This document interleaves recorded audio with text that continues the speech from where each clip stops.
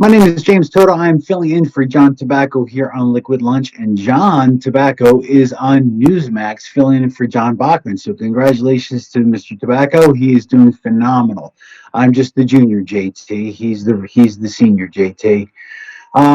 We have a chart of the average flu deaths in the 51st week of each year, and 2020 shows a significant drop in the amount of cases, which is kind of funny because the amount of flu cases are down, amount of cancer cases are down, heart cases are down, but COVID-19 is through the roof. So it's amazing how what was the number, Mike? 6 or 9?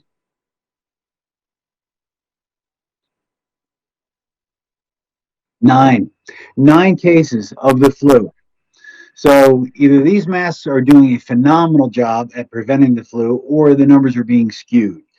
It's amazing how this is all working out. And in California, the hospitals are treating patients in the gift shops for COVID-19, evidently. This is absolutely amazing that they're evidently being overrun. Maybe if they hadn't shut down and they had opened the state up, they wouldn't be having the number spike. Such as, say, I don't know, maybe California, like Florida did. Florida opened up, they stayed open, and they did the right thing, and the businesses are thriving, and the cases are not spiking like they are everywhere else. Um, then there is a mathematician have found more than 500,000 unique last names in Pennsylvania. That means that there are 500,000, folks that probably voted in the Pennsylvania election that should not have. And on other news, Stacey Abrams' sister blocks 2 Georgia counties from purging their vote records of potentially ineligible out-of-state or dead voters. Amazing. Absolutely amazing. This is what's going on here in and around the country. So from California to Pennsylvania to Georgia, there are a number of different things that are taking place that we need to ask questions, and the questions need to be answered. And I do not know what's on the horizon with these answers. I really don't, and I really wish I had a more intelligent answer to what's going on. Numbers are up all over the place. Everything from defunding the police to numbers of, we've got there are more murders in New York City this year, and it's through the roof. People are running around in mayhem.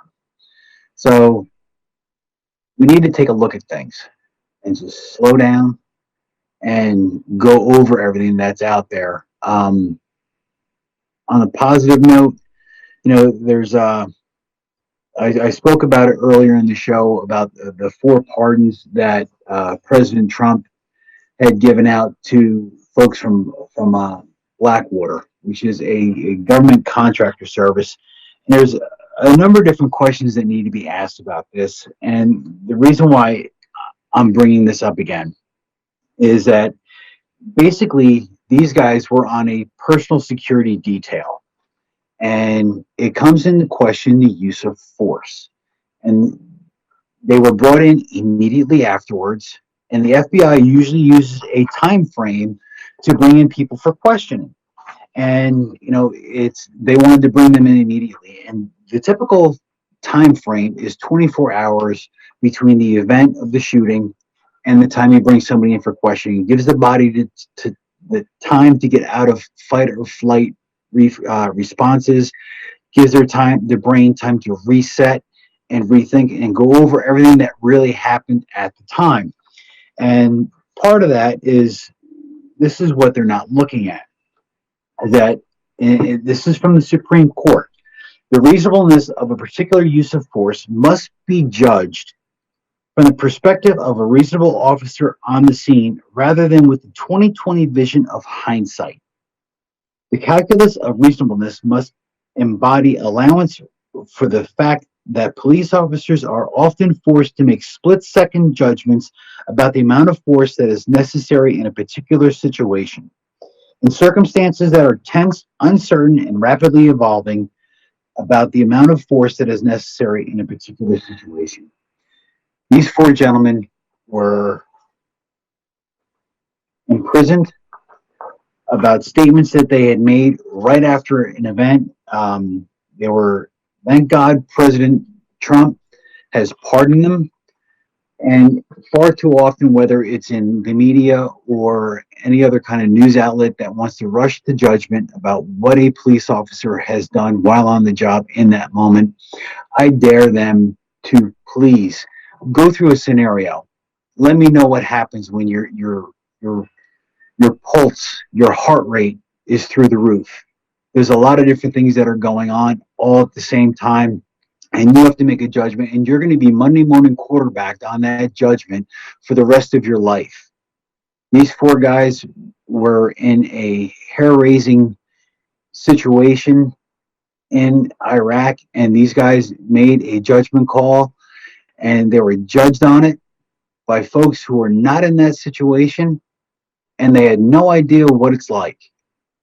Things go awry, and they're being, they were in prison, one of which got a life sentence, and three others got 30 years each.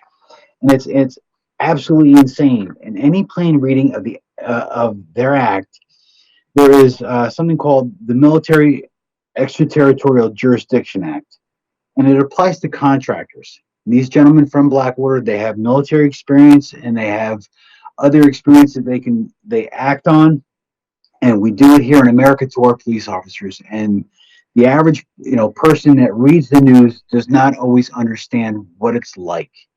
So we need to give our police officers the benefit of the doubt, because I would guarantee to say that 99% of our police force that's out there, they're risking their lives. They do their job day in and day out, and everyone wants to make a rush to judgment call on what they do. And I'll guarantee you that those 99% of the police officers that are out there that are doing their job day in and day out, they hate the ones that are the bad officers that are out there. They hate them more than the average person does, because these guys put their life on the line every day. My name is James Toto. I'm filling in for John Tobacco here on Liquid Lunch. God bless you. God bless America, and God bless our United States Federal Air Marshals who are out there doing the job day in and day out. Thank you very much for your time. Look forward to seeing you soon.